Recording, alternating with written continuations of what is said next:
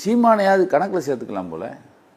ஏன் எந்த கொள்கையும் இல்லாமல் உனக்கு என்னடா கொள்கைன்னு கேளுங்க, சட்டையை பிடிச்சிங்க வாடா நாயை, கொள்கையை சொல்கிறா சொல்லுங்க.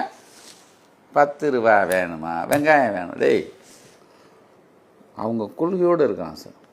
இன்றைக்கும் அந்த அந்த கட்சியில் பொறுப்பு இல்லாமல் எவனாவது பேசினான்னு சொல்லுங்களேன் இந்த விஷயத்துக்கு.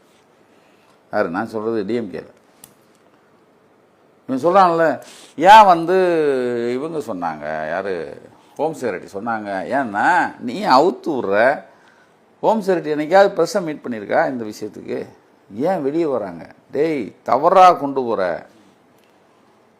அது சாட்சியை தானே தூக்கி போட்டுச்சு, எல்லாத்துக்கும் ஆதாரத்தை தூக்கி போட்டுச்சு.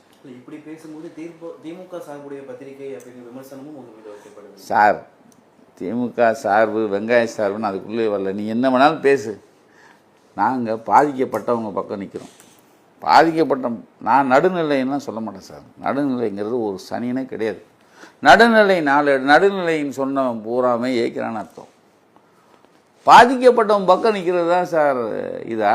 இப்போ விஜய் 41 கொலை பண்ணிட்டான், ரைட்டா?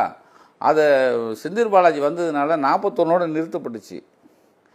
மாசுபுரம் போனதுனால 41ஓட நிறுத்தப்பட்டுச்சு. ஏவாவேலு போனதுனால 41ஓட நிறுத்தப்பட்டுச்சு. விஜயபாஸ்கர் அந்த லோக்கலில் ஏடிஎம்கே கார் போனதுனால நிறுத்தப்பட்டுச்சு. சீமான் போனதுனால நின்றுச்சு, ரைட்டா?